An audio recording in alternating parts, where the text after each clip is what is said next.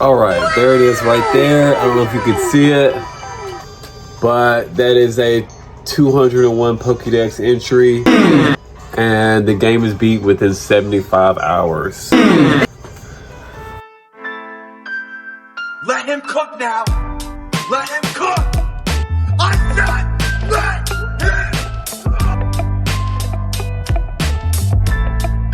Everybody, how's it going? My name's Dimitri. This is The Recipe, where it's the best place to be. Cooking up content. Butter. Let it marinate, alright?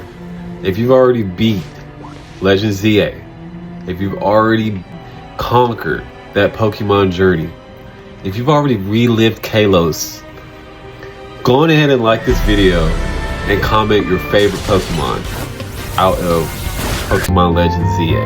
Because we only got 230, but it was a good 230. I'll put the Pokédex here right on the side, that way you can see most of the Pokemon that you can catch in Legend ZA. And you can pause it as you wish, and you can see what Pokemon are basically there, but these are not including the Mega Evolutions. So this is just, you know, the basic Pokédex, and it's up to you to Mega Evolve if you want to. And these 230 Pokemon, they're fairly easy to catch. They do still have the night and day differential, where you would possibly wait until nighttime just to scavenge out, catch that Pokemon at night, and then maybe wait until the morning and get that next Pokemon that you want. And that just brings the realism of Pokemon and how it does keep you still having that real-time turn-based action, whether it's in battle or doing the simple mechanics of breeding eggs or training your Pokemon, using rare candies. It still keeps you on your toes as far as doing the real nitty-gritty of being a Pokemon trainer. Sometimes you have to wait a little bit to catch your favorite Pokemon, and I do love that about Pokemon, that what it brings to the table. And this game does still make you work. It does still make you have to try, even though you're still in a city, very confined space. That does not take away from the challenges and the adventure that this game does provide as a Pokemon trainer. Even if you have never played a Pokemon game at all, this game is good for newbies, newcomers, all alike. Awesome game, honestly. You should go pick it up if you have never played Pokemon a day in your life. Take my word for it. The thing you will need to do is just go get yourself a Nintendo Switch and possibly put you 50 or 60 bucks to the side for the game purchase itself. Shouldn't be a big problem. If you are a Pokemon fan, you'll do what it takes to get that Pokemon game. The difference between the Nintendo Switch 1 and 2 is not a really big of a difference. That way, for some of the doubters thinking that, well, if I can't get the Switch 2 version, I don't want the game at all. I felt the same way about it when I first got the game. I didn't want to purchase this game if I didn't have the Switch 2, but I bit the bullet and I got the Switch 1 version of it, and it still plays the same. The graphics are a little better on the Switch 2, but the transitions and the animations, they're all the same. So don't get discouraged by what you may see or hear online. Take my word for it, the Switch 1 version is just the same.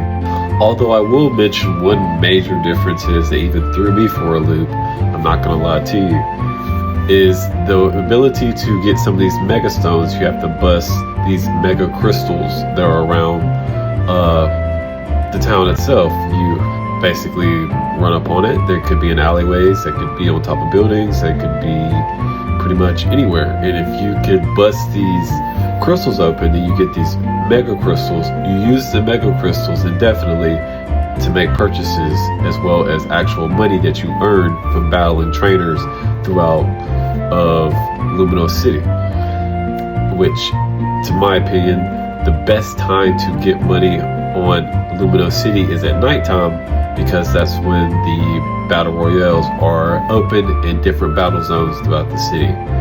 But otherwise than that, you use the crystals to purchase Mega Stones, and you can get a lump sum of money mostly at nighttime during the battle zone activations. A particular method that most people use in order to grind their pockets to a lump sum of cash in this game that is abnormally different depending on which person. But to my expertise, in order to get these awesome lump sums of cash, you would need to basically just have a quick and steady attack that you can get pretty much insta kills on these different trainers throughout the night. And pretty much the best thing about that part is you can get multipliers depending on how many trainers you beat that night. And at the end of the night, which is, I would say, about 15-20 minutes in real time, you could get from either 20 grand to over 100 grand depending on the multiplier. So money is not a big issue.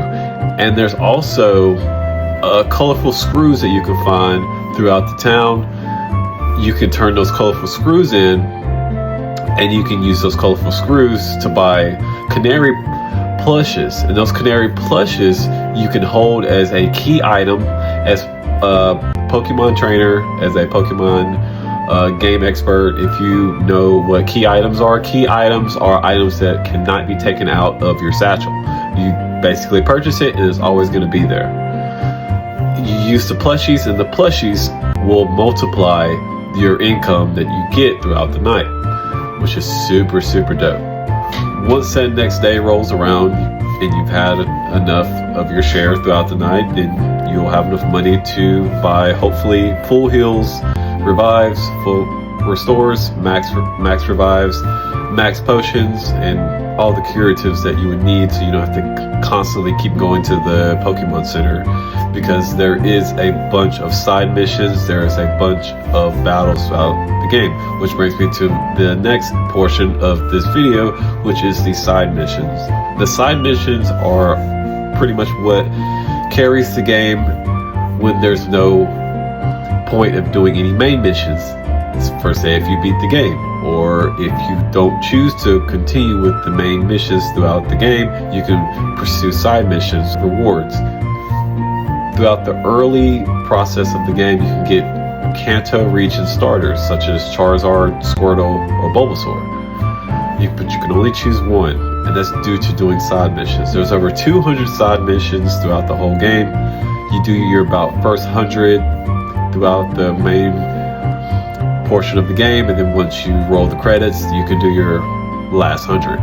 The game's story mode is also a very interesting piece of art. Just like every other Pokemon game, there is a power struggle between good and evil, but it unfolds that some of your mentors are not as good as what you think they are. I will leave you to finish that part for yourself when you get the game, but just know there's a very surprising ending to this series, and decisions will need to be made. I hope you enjoy this review. Make sure to like and subscribe, and leave your favorite Pokemon down below, and I will see y'all next time.